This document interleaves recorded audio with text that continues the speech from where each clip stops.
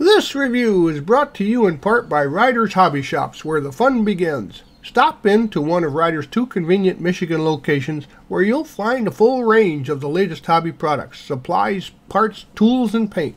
This review covers the 2006 Nissan 350Z. It's a 125 scale kit from AMT number 1220. Now this kit was originally issued in 2006 as a tie-in with the Fast and Furious franchise and the Tokyo Drift movie. It has a custom veil side body kit molded in, so it can only be built as that version. The decals have been changed to reflect more of a street car look, and the model can't be built as a stock 350, but there are options to build it as either an American version or a Japanese version, which is mostly right or left-hand drive with some interior and wiper differences. Now, this model contains 104 pieces, and it's molded in blue, chrome, clear, and clear red. Now, the kit was listed as a skill level 2, and it's not overly difficult, so I'd agree with that. There are some small parts that can be challenging, but the bumpers will require some fitting too. Now, with a low piece count, however, most anyone can build this model. And when you're completed, the kit is going to be about 7 inches long, 3 inches wide, and 2¼ inches high. Here are the contents of the kit. As you can see, the molds are pretty clean. There's very little flash. The chrome is pretty good, and the windows are nice and clear. There's also 4 black rubber bands you see there, and those are the tires. Here are the decals for the kit. The register is good, and the colors are great. There's a different color variation for just about any color choice that you'd want to make this model. So you may need some setting solution for the larger ones, however. See here that the engine pieces are not that many, and they've been detailed, the flat black on the belts and etc. There's some blue on the heads, the fan, and part of the intake, and that's chrome too. So there's also, aluminum for the rest of the motor. And you see the exhaust is a steel color, and part of the intake pipe there has the air filter on it, and that's black, as well as some blue for the engine area part. The intake's pretty nicely detailed. It's got Recaro style buckets there and side panels for detailing. The floor was flat black, and the behind that, the rest of the unit there, where you see the black, that's a semi-gloss.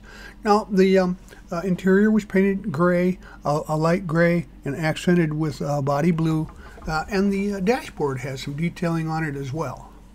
So you see the dash and the audio system pieces.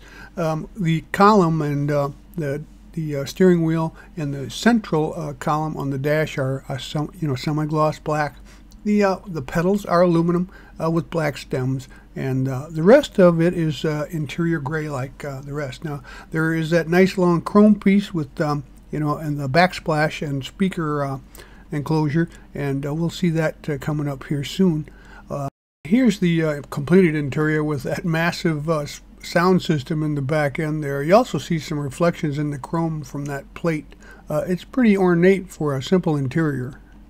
Now taking a look at the floor pan chassis, after a light prime, you see the script really stands out. Now you might want to sand that off, scrape those off and sand it off smooth and re-prime. Now as this is a custom, the whole body shell here was painted a body color, and it's got chrome exhaust. The shock towers, spindles there, drive shaft and axles are painted gloss black. Now to be fair, the exhaust is chrome, and if you leave it that way, you're going to have some parting lines. But if you want to deal with those, of course, you could simply, take care of those, clean them up, and refinish the exhaust. But you could also do some detailing, like drilling out the ends of the exhaust tips. Remember to scrape off any paint or chrome plating if you want the parts to stick when you glue them. And now it's time to glue the exhaust and the suspension pieces into place along with those front spindles. Well, these are the wheel assemblies. As you can see, those low profile tires are more for show cars than real cars, but that's what you have to work with. The centers were painted a gloss black, and of course the rotors there were painted aluminum with the accent blue on the caliper.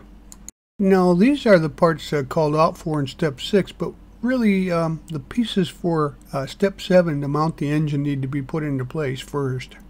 So go ahead and assemble these parts. Now the suspension pieces there have been painted gloss black, and the floor pan there portion is a matte black, low luster.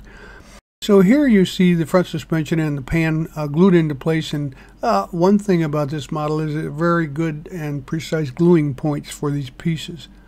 Next, locate your motor mounts, and we're going to place the engine into position, and at the same time mate that up to the drive shaft. And once that's in its place, you can put that cross member there just under the transmission. Now we can add those parts from step 6, the radiator, coolant hoses, and the washer bottle, into place in the engine bay. Now it's time to locate the interior into the body shell, and it has positive location points, so use some good glue there and stick it in their place. Now we're going to work with the body, and the front and rear bumper sections there should be attached before you paint your final paint. So go ahead and put those into place, and I used a little filler putty for the front end to get that seamless veil side custom look.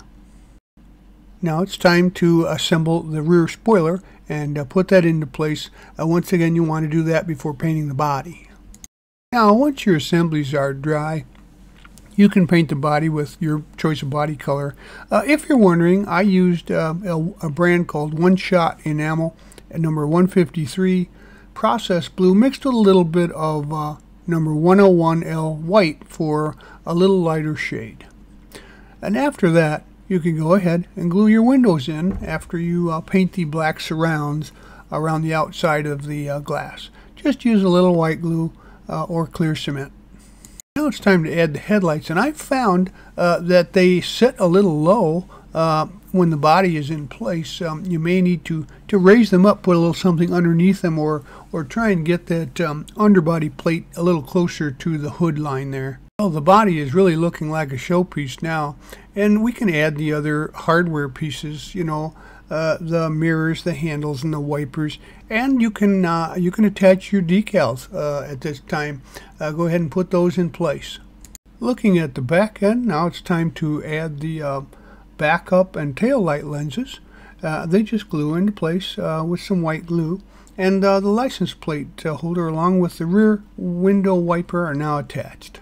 And now we got to take a look at the chassis and go ahead and place the wheels into position. They just slip over the spindle shafts there and press them towards each other. Here are the parts that you'll have left over. You see the decals that I didn't use, and the right-hand drive parts. Well, there you have it. Your model is complete. It's basically an easy builder, and its custom look will really turn anybody's heads when you put it on your shelf. It also has that amazing stereo system you can view through the back window. But overall, it's not a bad kit. It's got some fit issues with that front end, but other than that, everything pretty much just falls together. So if I were you, I'd buy one and put it on my shelf. Well, we hope you liked this step-by-step premium model kit review. And so that you don't miss any more, please subscribe to our YouTube channel. You can find that in the lower right hand of any of our reviews, an icon that will allow you to just click and subscribe. Or you can find us on Facebook or our website at rightonreplicas.com. Thanks.